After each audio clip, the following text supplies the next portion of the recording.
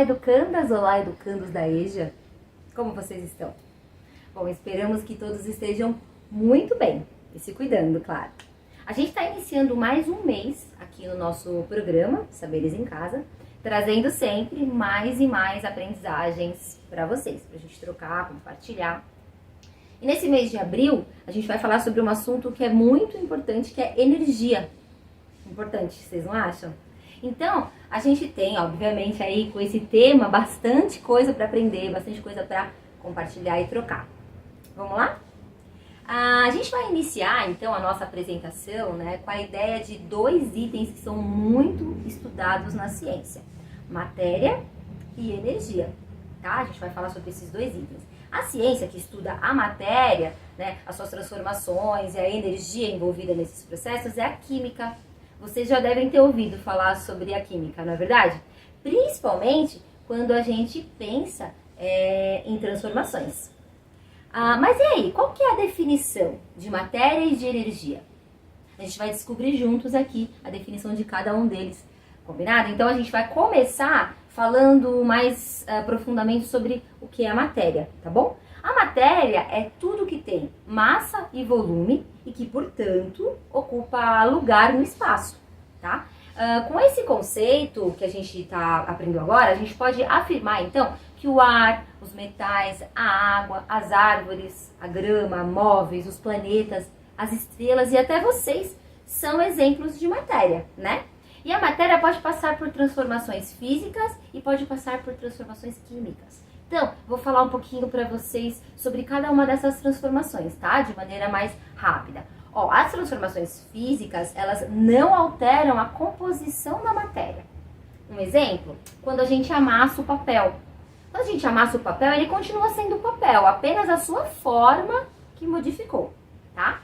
Já as transformações químicas, elas alteram a composição da matéria. Ou seja, os átomos do material, né, que estavam ligados uns com os outros de uma forma, eles trocam de lugar e formam novas substâncias. É o que acontece, né? Um exemplo disso é quando a gente queima o papel, né? Então, o papel amassado e o papel queimado são, respectivamente, exemplos, né? Uma forma de transformação física e outra de transformação química, tá? Para que essas transformações ocorram, é necessário que se ganhe ou se perca o quê? Energia. E aí, vamos falar sobre energia? Vamos saber o que é energia? Bom, explicar o que é energia não é fácil, mas geralmente ela é definida como a capacidade de produzir algum trabalho, movimento ou ação. Existem vários tipos de energia, tá bom? Um exemplo é quando a gente recebe energia na forma de calor do sol, é a chamada energia térmica. Essa energia transferida, né, é chamada de calor. Por exemplo, para ocorrer a transformação física de gelo para líquido, né, quer dizer, água em forma de gelo para água líquida, basta fornecer energia na forma de calor para o gelo que ele derrete. A energia nunca é criada, mas ela é transformada. Vamos ver alguns exemplos de como isso ocorre na prática, tá bom? A energia química que existe nos componentes, por exemplo, dentro de uma pilha, é transformada em energia elétrica, que por sua vez é usada para a gente ligar algum aparelho, enfim. A energia química da gasolina é transformada em energia mecânica, que faz o carro se movimentar, andar, né? A energia química dentro dos alimentos, ela é transformada no nosso organismo em energia também, né, que gera o trabalho que o nosso corpo realiza nas atividades diárias e também o calor que aquece o nosso corpo. Bem interessante isso, né? Agora vamos falar um pouquinho da energia na história da humanidade?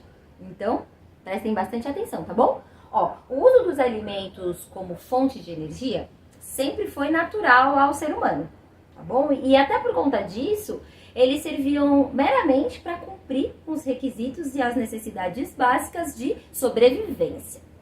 Então, assim, o primeiro avanço na geração de energia trouxe ao ser humano um mundo de novas possibilidades. Por exemplo, então, né, falando bem do comecinho, a descoberta do fogo fez a humanidade conhecer os benefícios do calor, que é um recurso que é geralmente oriundo, né, provém da queimada de combustíveis fósseis, mas que na época, ao que indicam alguns estudos históricos, aconteciam por meio do uso da lenha. Depois, desde os primórdios da civilização, o homem extrai da natureza elementos para fazer objetos úteis e os meios para poder gerar energia. São todos chamados de recursos naturais. E o que são os recursos naturais?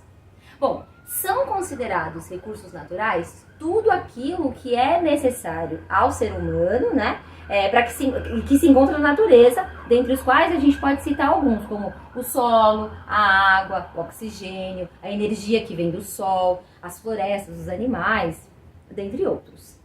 E os recursos naturais, eles são classificados em dois grupos diferentes, distintos, que são os recursos naturais renováveis e os recursos naturais não renováveis. Vamos falar um pouquinho deles?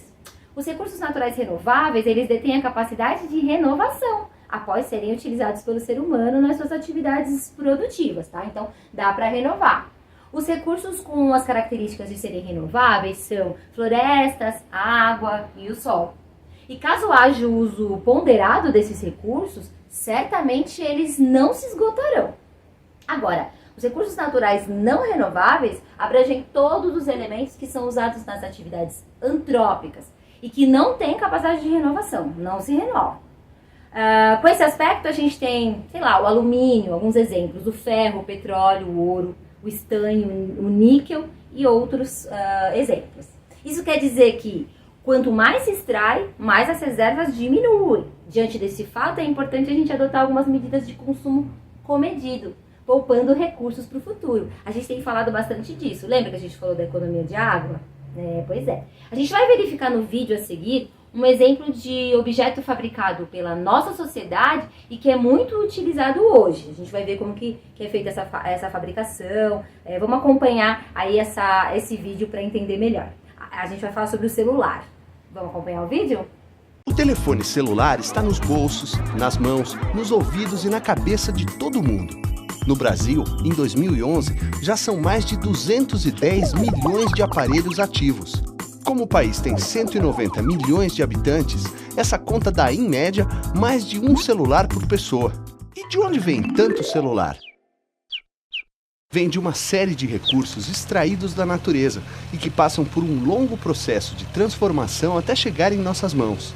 Para produzir o celular, são usados o plástico, que vem do petróleo, e também a cerâmica e vários metais como cobre, níquel e zinco. Tudo isso passa por um processo industrial que, além dos recursos naturais, consome água, energia elétrica, combustíveis e, muitas vezes, causa danos ao meio ambiente e à saúde humana.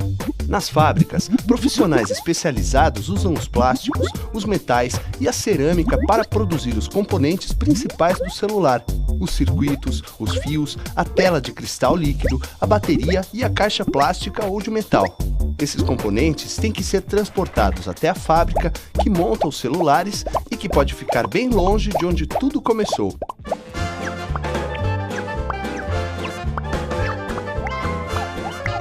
E depois de montado, o celular ainda é embalado e transportado da fábrica até a loja mais perto de você.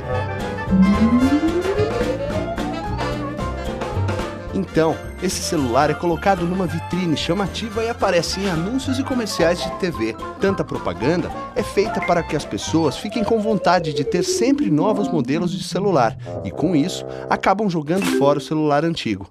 O problema é que esse celular nem sempre é velho. Muitas vezes ele funciona bem e está em bom estado. Poderia ser usado por muito mais tempo em vez de virar lixo eletrônico.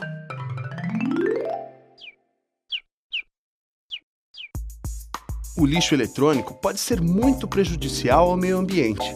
Se vão parar em um lixão, os metais pesados da bateria e dos componentes do celular descartado podem penetrar na terra e chegar até a água dos lençóis freáticos. E se o lixo eletrônico for queimado, contribuirá para poluir a atmosfera. Nos dois casos, causam poluição do solo, da água e do ar com elementos muito tóxicos que provocam danos ao ambiente e sérios problemas de saúde. A opção é levar o celular a um posto de coleta especializado, de onde ele será encaminhado para a reciclagem de seus componentes. Ainda assim, vale lembrar que, na produção do celular, são usados recursos naturais que um dia podem chegar ao fim, como vários minérios e o petróleo, que deveriam ser preservados para usos mais nobres do que a fabricação de um produto que vai para o lixo quando ainda está bom. E ainda há outras coisas importantes que todo consumidor consciente precisa pensar antes de trocar um celular. Se o aparelho está funcionando perfeitamente, por que comprar um celular novo? Especialmente considerando que, se não trocarmos o celular, evitamos o uso de recursos naturais, a poluição e possíveis problemas de saúde. Mas olha só, é claro que, quando bem utilizado, o celular é muito prático e útil. Com ele, podemos nos comunicar com a família e com os amigos e usar também como instrumento de trabalho. Mas precisamos lembrar que são aparelhos duráveis e que não precisam ser trocados a cada vez que aparece um modelo mais novo. Isso é consumo consciente. É o consumo que procura não desperdiçar e busca gerar consequências positivas para cada um de nós, para o meio ambiente e para a sociedade.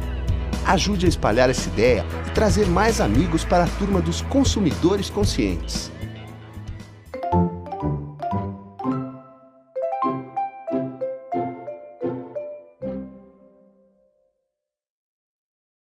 Vamos para mais um pouquinho de história agora? Bom, a gente vai falar sobre o petróleo, tá? Acredita-se que o uso do petróleo esteja datado desde os primórdios da civilização. Povos do Oriente Médio, Egito, Mesopotâmia, da China, já haviam tido contato com combustível fóssil e utilizado ele nas formas de betume e asfalto para pavimentação de estradas, iluminação, lubrificação, para fins bélicos, várias coisas, né? A indústria petrolífera surgiu em meados do século XIX, quando foi desenvolvido o processo de refinação do óleo lá na Escócia.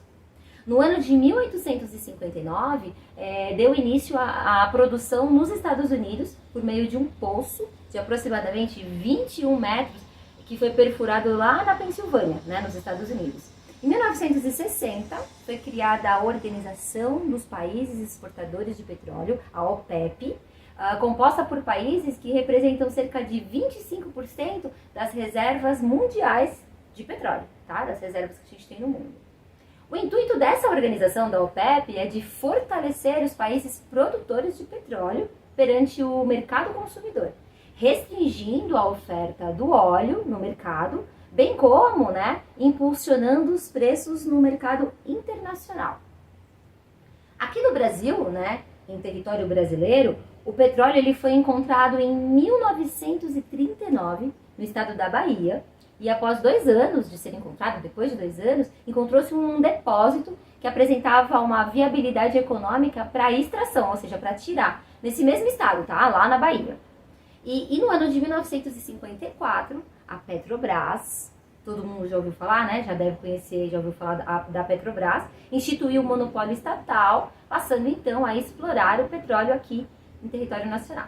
Em 2006, a Petrobras anunciou a existência do pré-sal brasileiro, que é um campo petrolífero encontrado abaixo de uma espessa, de uma grossa camada de sal, e a exploração dessa reserva iniciou-se em 2010. Ufa! Quanta informação a gente teve hoje, Informação legal e importante. A gente vai aproveitar que a gente está falando do assunto e vai assistir um vídeo sobre a exploração atual do petróleo aqui no Brasil, tá bom? Vamos acompanhar esse vídeo? O petróleo é a principal fonte de energia do mundo moderno e está presente numa série de produtos que usamos cotidianamente. Por isso, trabalhamos dia a dia para ampliar a nossa capacidade de produção. Agora, como o petróleo dá origem aos muitos produtos que usamos? O petróleo é um óleo de origem fóssil que leva milhões de anos para ser formado nas rochas sedimentares, em áreas marítimas e terrestres. No Brasil, a maior parte das reservas encontra-se nos campos marítimos, em águas profundas e ultraprofundas. Atuar nessas áreas exige muito estudo, tecnologia e investimento. E foi justamente esta combinação de fatores que nos permitiu descobrir e transformar o pré-sal em realidade. A descoberta de novas reservas envolve uma série de pesquisas para localizar as bacias promissoras e analisar os melhores pontos para perfurá-las. Em seguida, são feitas as perfurações exploratórias, que permitem comprovar se há ou não hidrocarbonetos no subsolo. Quando é comprovada a viabilidade comercial da descoberta, passamos ao desenvolvimento da produção. Esta é a etapa onde projetamos e construímos as instalações necessárias. O petróleo é extraído dos poços produtores, juntamente com água e gás. As plataformas extraem e separam os fluidos.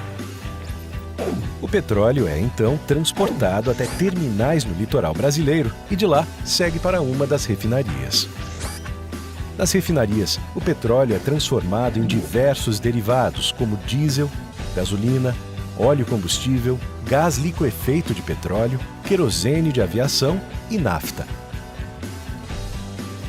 O petróleo também está presente em fertilizantes, plásticos, tintas, borrachas, entre outros produtos. A importância do petróleo na vida de todos nós é o que nos desafia a sempre expandir nossos limites.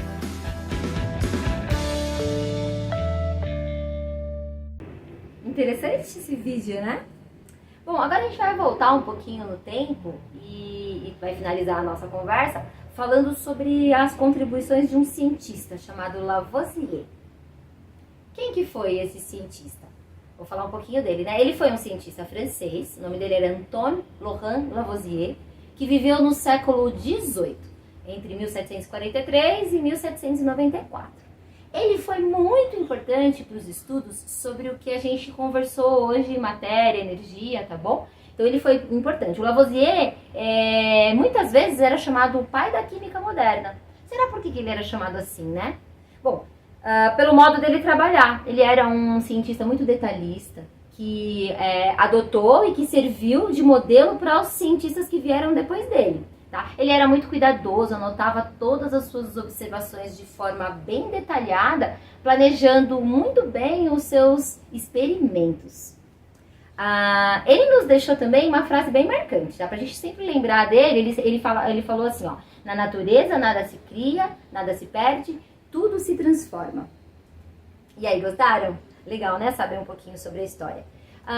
E lembre-se sempre disso, né? Quando a gente for pensar em energia. E disso e de tudo que a gente aprendeu hoje aí no programa. A gente vai agora para a nossa proposta de atividade de hoje. Bom, lembre-se que constantemente a gente tem elementos da natureza, né? Na paisagem, que estão se transformando aí na nossa frente. Desde uma lagarta que vira uma borboleta, ou uma árvore que perde as suas folhas no inverno para novamente estar repleta de folhas na primavera, ou uma nuvem que se precipita em forma de chuva. A proposta é que vocês escolham uma dessas situações que eu falei agora, ou alguma outra imagem que você se lembre sobre alguma transformação na natureza. Façam um desenho e registre por meio de palavras, frases ou um texto que demonstre essa transformação. Não se esqueça de compartilhar com a gente o que vocês fizeram usando a hashtag SaberesEmCasaEja. A gente vai ficar esperando a resposta de vocês. Por hoje é isso. Muito obrigada pela companhia e não se esqueçam. Cuidem-se. Tchau, tchau.